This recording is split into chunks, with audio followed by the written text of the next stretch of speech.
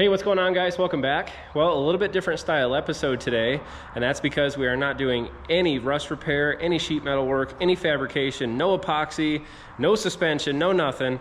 Instead, we are going to do a complete handoff of this build back to the owners over at Shade Tree Vintage Auto, and they are going to take it up to T&S Customs in Idaho Falls, where it's going to go and get all the body work done, the paint work done. It's going to get fully assembled, and I promise you guys, I will tell you right now, this car will be back. We're going to go for a ride in this car once it's finished. Granted, we're probably at least a year out on that, okay? This stuff takes a lot of time, but the car will be back, and we are going to see what it looks like when it's all said and done, and I can't wait.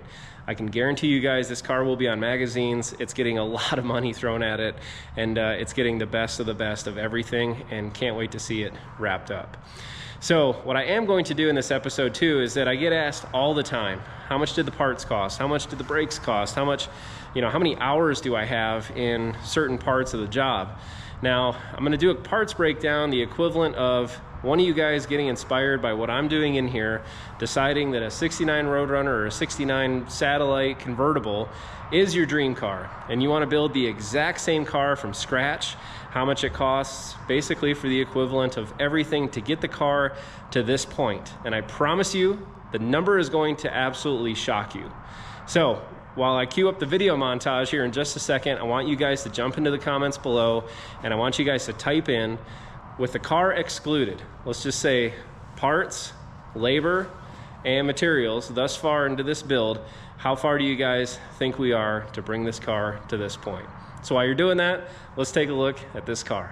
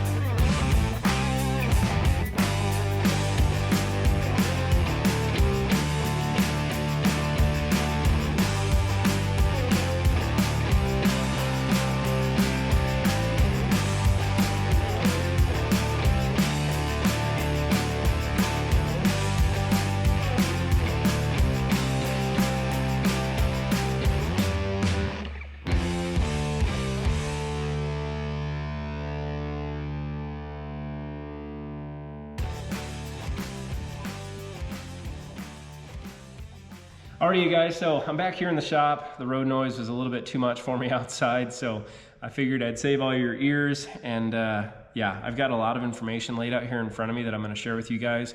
And again, this is full transparency. And I get asked all the time, how much did it cost to build, or how many hours do you have in this or that, or how much are parts, or how much is that suspension, or those brakes? I get asked all the time. And in full transparency, I've never tracked that for my cars, which I'm definitely going to start. I think it's good to document, it's good to track your expenses so you don't end up broke. And it's just really good to kind of keep a log of everything that you've done, and also how much money you have invested on the car, because if you go to sell these, you don't want to lose your ass doing so. So I've got everything broken down here by the cost for the sheet metal, the cost for the brakes, the suspension, supplies, and then the biggest cost of everything, the labor. The labor is what absolutely kills you. And to be honest with you, the labor is what affords me the opportunity to do this, because it's my time. And I truly look at the labor like it's therapy for me. I enjoy it. I enjoy filming videos for you guys and sharing my process, and it's helped me get better at doing what I do, and I hope that it's helped a lot of you guys out with your builds too. But so I wanted to kind of present this in kind of a story form, okay? So let's say that your absolute dream car is a 69 Plymouth convertible, okay?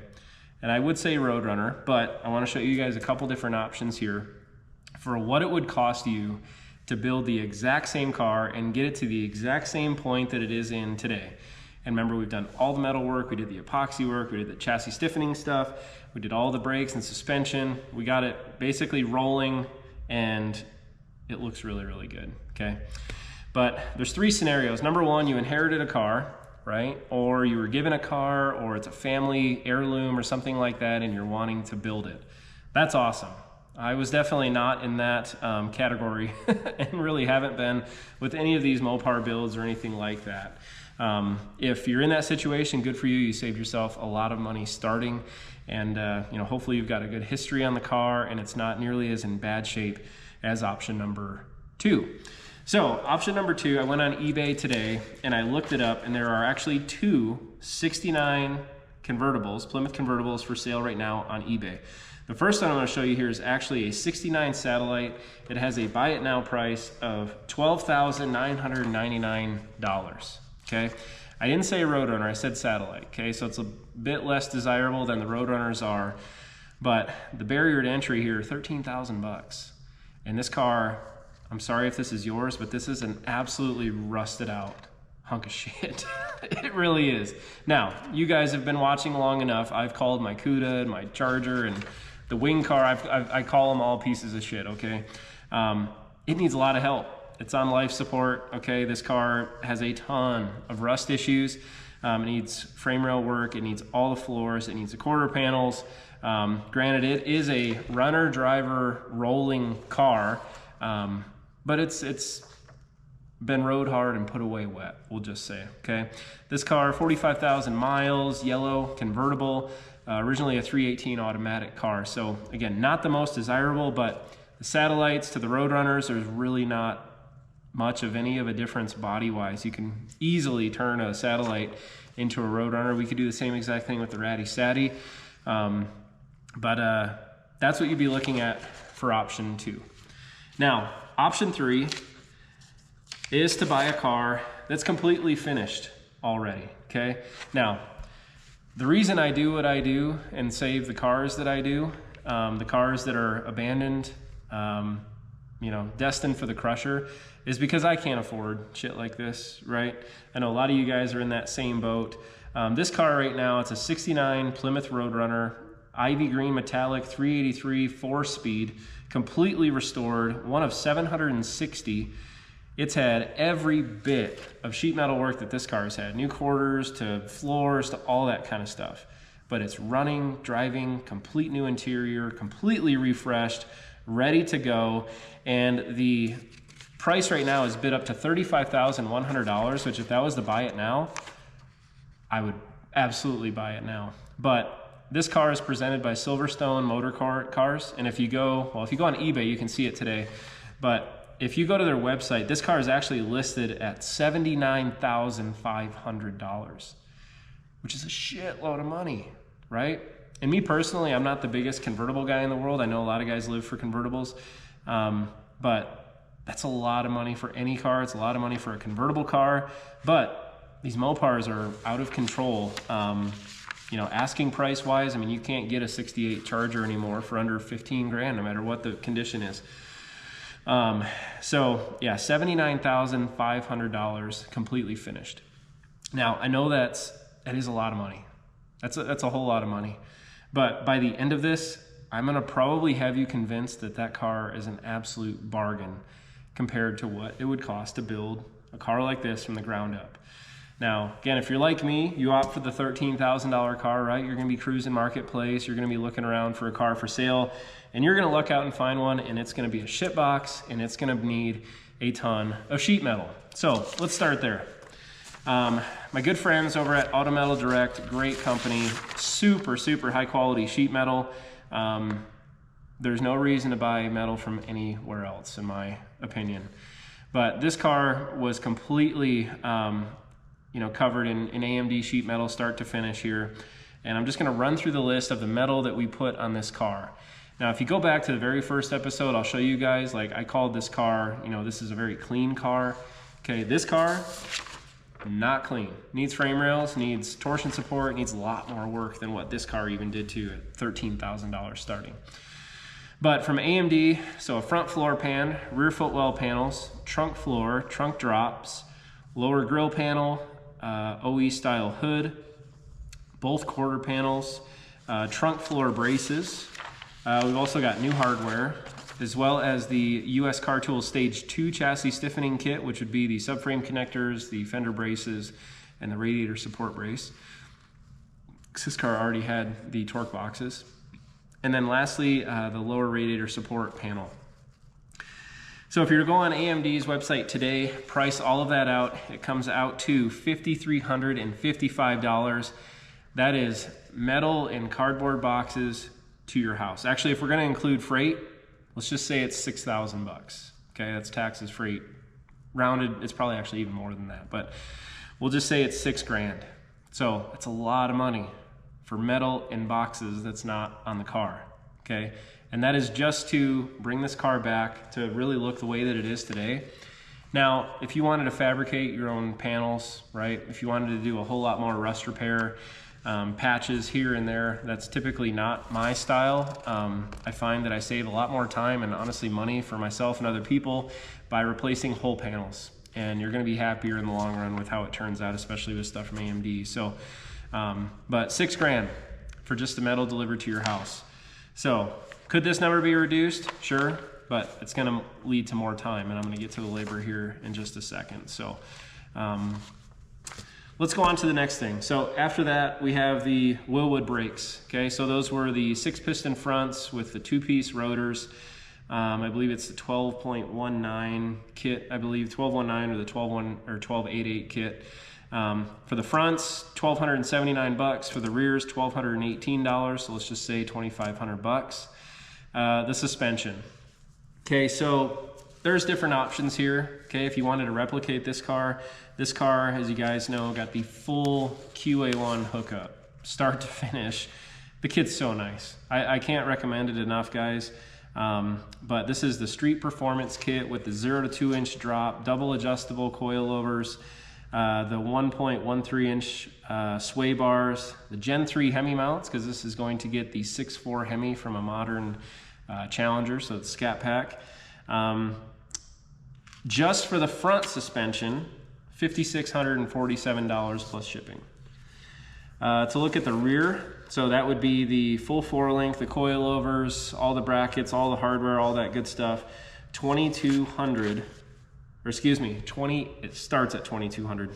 The kit priced out the way that we got with the optional sway bar for the 8 3/4 as well, $2,835. So you add those numbers up, $8,483 for the full front and rear suspension.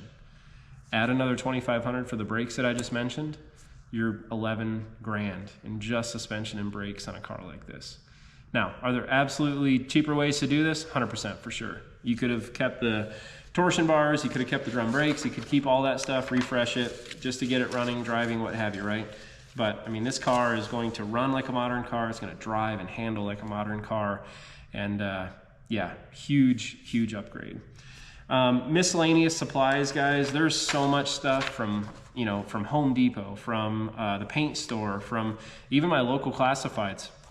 Trying to save some money, you're cruising the classifieds at night, I found like the rear deck filler panel for this car. Actually, it was just for a B-body, like a hard top Roadrunner satellite deck filler panel, but I stole the corners off of that when we did our gutter repairs. Scored that for $75, which was awesome. Amazon, awesome for abrasives and sandpapers and all that kind of stuff, a lot of your consumables. My good friends at Harbor Freight, they know me by my first name. I go there 3 or 4 times a week. We spent quite a bit of time there. And then also my friend Bryce over at Innovative Sandblasting for blasting basically the entire car, all of the parts, all that stuff. But I've just rounded everything up here, and you guys can see, I mean, I wrote down all the purchases. So for supplies, about $3,300 out the door. So that's all just parts in boxes, not installed on your car. So let's talk about labor for a second, all right? So I mentioned, you know, for me, I feel like the labor is almost free in a sense, just because, I mean, it's my time. Granted, I feel my time is valuable. Time spent either with the kids, away from the kids. But, you know, the labor bill on this car is more money than what the parts bill is on this car. So, and just to kind of give you guys an idea here, and I get asked all the time with the Charger or the Cuda or some of these other ones, you know, how many hours do you actually have in that car? And I just round up. I use big numbers, round numbers most of the time. I'm like, yeah, 300 hours or 500 or 1,000 hours, which both cars will probably be at that 1,000-hour mark by the time this is all over with. But, you know, just to disassemble the car when I got it, to kind of break everything down, get all the parts, the pieces, the hardware, everything completely stripped off the car is about 12.75 hours for that. Floor pan, start to finish, about 13 hours. The trunk pan, wheel houses, tail panel, all that stuff, about 38 hours. Spent a lot of time on this car, very carefully removing, you know, the original sheet metal, so the quarter panels, all the prep, you know, and cleanup and drilling things out, and you know, a lot of like the needle scale type work and all of that, about 9 into that. The lower radiator support piece, hour and a half, start to finish, not a big deal. The chassis kit. So the US Car Tools Stage 2 chassis stiffening kit, so subframe connectors, the fender braces, the lower radiator support brace, about 19.5 hours. Now, between miscellaneous rust repair, body work, all that kind of stuff, this stuff is where your time gets eaten away, and it's all the little patch pieces and all the little pinholes and things like that that you clean up and you spend a lot of time on. 75.25 hours doing that. That's a lot of time. That's the most time I had into anything. Any of the panel installs, all that stuff was just a lot of like the little stuff, window channel work to all of that. It just really, really adds up. So 75.25. Prepping, cleaning, epoxy work, all that wire wheel work. We had to wire wheel and sand every square inch of this car multiple times. So that work was 40 hours. The quarter panels, 33. The trunk gapping. So when I installed the quarter panels, everything fit right. They fit great into the trunk gutters, but I found that when I went to go fit the trunk itself, we needed to kind of shrink it up a little bit because the quarters were sticking out just a hair further than what I wanted them to. So to gap the entire trunk to that 3/16 of an inch and all the bodywork and everything with that, 12 hours just in that. And then the last thing that we did, guys, is that we did all of the suspension unpacking and prepping and detailing and installation for the front and rear suspension. That took me about 30.5 hours to do. So you don't realize how much time you have in a build like this. And I mean, these can quickly spiral into 2-year, 3-year, 20-year builds, right? For some of you guys that pick it up and put it down a lot. But yeah, you don't realize how much time you have invested in this stuff until you really start paying attention and tracking it and keeping up with it. But so yeah, 284.8 hours to get it to where it is. And again, this car is about to go in for body and paint.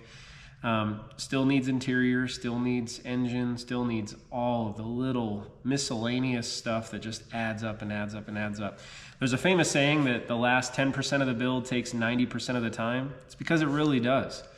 You're short 4 screws, right? Those 4 screws are $3.99 online, and they're with $12 in shipping. Doesn't make sense to me either, but that kind of shit completely eats your budget up and just adds more and more and more and more and more money. And that's why, you know, a lot of times it costs $100,000 to build a car like this. But labor rates, now this is where a lot of shops differ, okay? The average labor rate, I would say, is between $100 to $150 an hour, you know, with several shops. Big name places, big name car builders, the $250 to $500 an hour shops. So, you know, that said, if we're going to go with the $100 number, 284 hours would be $28,480 in just labor. If you're going to go with $150 an hour, that's $42,720. And if you find a very high-end shop that does amazing work and they take the same amount of time, at 284 hours, $71,200 in just labor. So yeah, I know a lot of you guys are like me and you opt for doing the stuff yourself. And so you add up all of the parts, you add up everything. So that's the metal, the brakes, suspension, supplies. Let's count the labor at $100 an hour. If you inherited your grandfather's car and you wanted to take it to this level, it would cost you $48,739. And mind you, that's not with engine, interior, paint, none of that stuff. It's not running, not driving, not finished at all. It's a rolling car and epoxy with all solid metal with an awesome suspension and brake setup, $48,000. Those of you guys that dropped into that option 2 category here with the $13,000, that would take you to $61,739. Again, just for epoxy metal and suspension. So I go back to the option 3, $79,500 seems like a freaking steal. If we're just looking at running, driving, finished, completed car.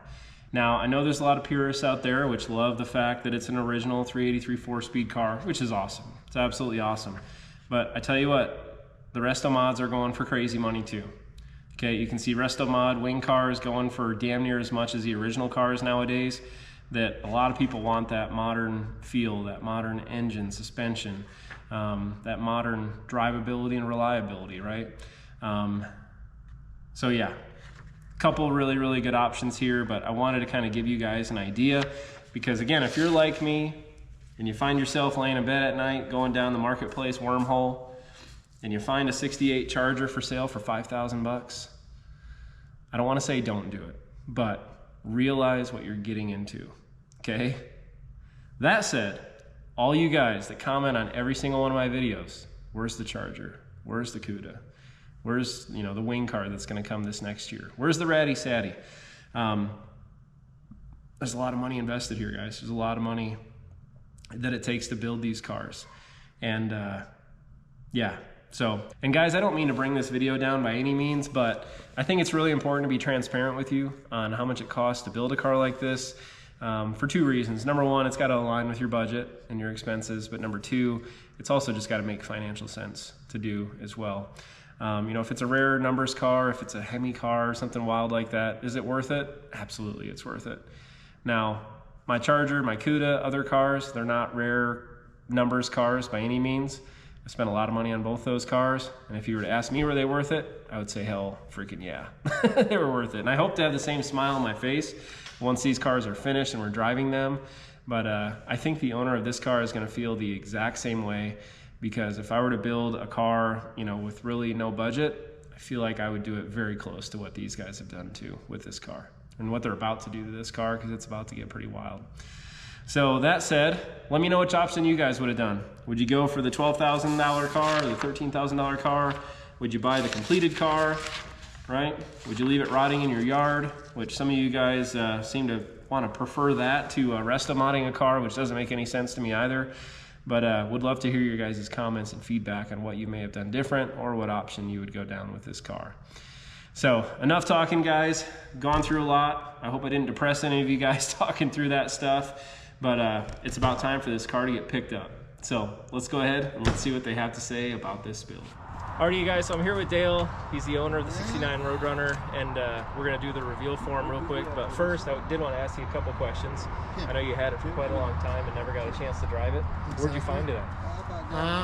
Dean turned me on to it back in the 80s sometime. Back in the 80s? So we hauled it to Dean's field. And then when I built my shop down in Hurricane, it's been there about almost 30 years.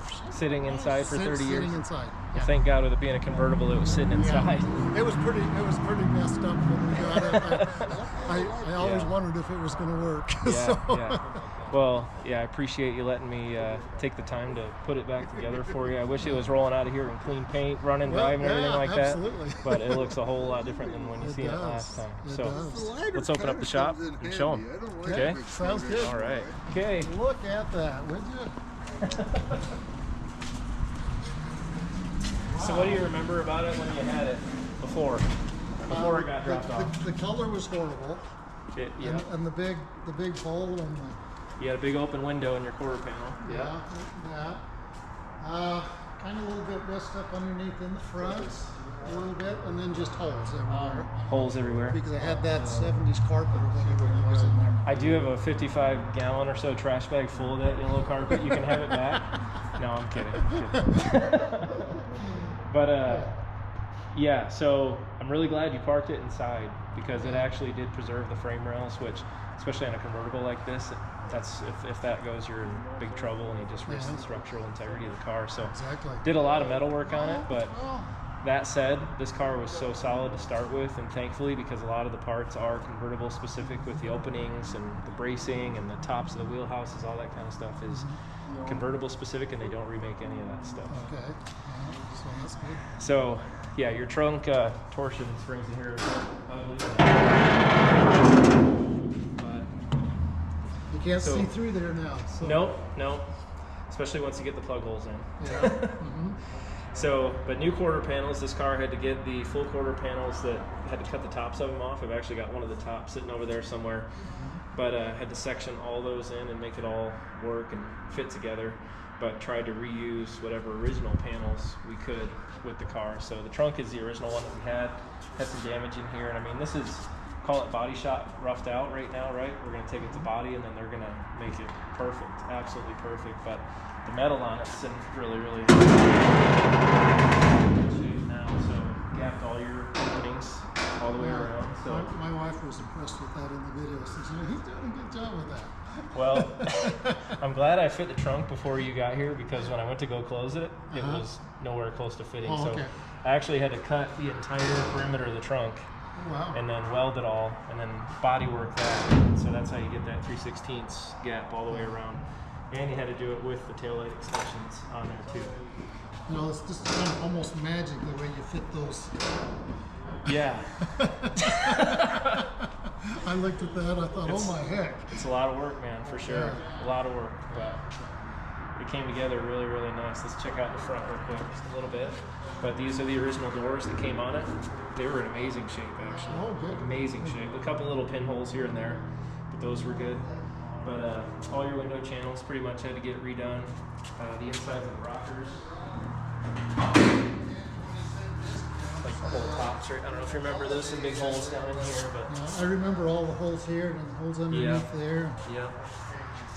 So And that was holes there and holes here. yeah, we actually saved that rear seat pan and was able to patch that and kind of clean that up. So that piece stayed, but full floor, firewall all stayed. And like I said, all the convertible specific stuff on the inside of it stayed. Is that top electric or manual? It's manual now. I think it's going to be electric, right? Yeah, it's kind of a mechanical electric thing. We're gonna have to find some pieces for it. You know, I never did see any real pieces of the top. Okay. It was pretty much gone. Yeah, and it's a bit stiff too, but this whole thing right here was rotted out. You can feel it with your hand. Yeah. All that got cut out, redone. Yeah, it's not where you fix that up Yep. in the corner. So. Yep, now let's check out the front here. Door's still sweet too.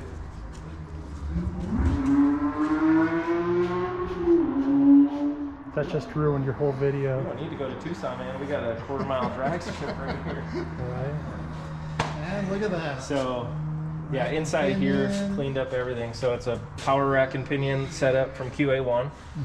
And it's a dream setup, absolute dream setup. So I know you're going to the Gen 3 Hemi in this, but if you ever decide to switch it up to a big block or a 426 Hemi or anything like that, you just got to get the new mounts, and it actually bolts straight into that same subframe.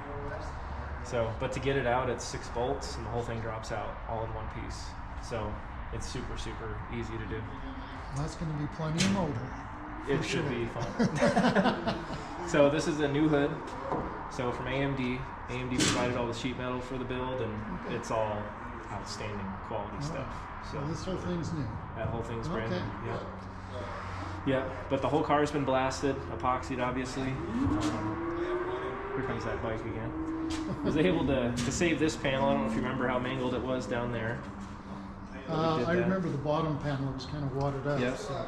And then also your lower radiator support piece looked like somebody hooked the chain around it and yanked it. Yeah. I just swapped that whole thing out, and then it's got the structural brace on there now too. Yeah. So It's a different car than when you saw it I'm last. impressed with the suspension. Well, let's get it up on the lift and see what it looks like. Show you what it looks like haven't underneath. seen anything yet. Yeah. Yep, so like I said, the only thing original under here really is the frame rails. This had a giant kink in it. I don't remember that. Just yanked it out for the most part. And then, but yeah, new floor, new trunk drops on the sides. And then yeah, it got all the chassis stiffening goodies too. With this being a convertible, it already had the torque boxes in it, so that saved a little bit of time there. Yep. But That's the stock rear end. yep, so this is the 8 3/4, and then just Doesn't well. have them anymore. What's that? Torsion bars? Yeah, there's no torsion bars on this car. No. No. So yeah, full coil over 4-link setup. So what do you do? And it's got 6 piston brakes in the front, 4 piston in the rear. Nice. Yeah, but usually you have a lot. Yeah, it's right here. Did some patchwork in here, but everything that we did patches on, we body worked all of it, so you can't see any of it from the top or the bottom anymore. Yeah. So, but these 6 piston Woolwood brakes are fantastic too. Those look impressive. They do, and the clearance on these wheels is very impressive. I hope you keep them. It is like a 1/4 inch clearance, if that. Man, it's pretty amazing. It'll So go back with 15-inch wheels. Is that? yeah, yep.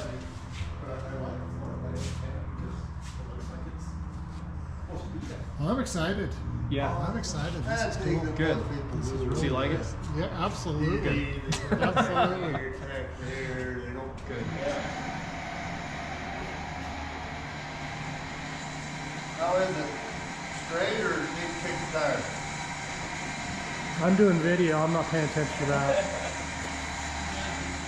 All right, so we're getting her loaded up, man. I want to thank you again for letting me build your car. Thank you. Really, really enjoyed it. Appreciate it. Yeah. So, Yeah. all right, guys. Until next time. Okay. We'll see See you what later. happens in the orange, right? Yeah, we're gonna see it again in the orange. You're gonna bring it by, right? Absolutely. Okay. Absolutely. Hopefully, scare the crap out of me in it. Alrighty, you guys. Well, there she goes. I had so much fun with the 69 Roadrunner convertible build, and yeah, it sucks to see them go, even though when they're not your car, but it is a good feeling. We got the Ratty Saddy back in the lift bay again. We've got a lot of work to do on it, so look forward to videos on that. But just again, a huge shout out, huge thanks, DD Auto and Salvage out of Logan, Utah, and the guys over at Shade Tree Vintage Auto, and especially for trusting me with building your car. And yeah, had a great time doing it, and I hope you guys enjoy it and cannot wait to see it when it's finished. So until next time, guys, T-Bone's already ready to go. I'm ready to go, and we're gonna get to work on the Ratty Saddy. Take care. I'll see y'all again real soon.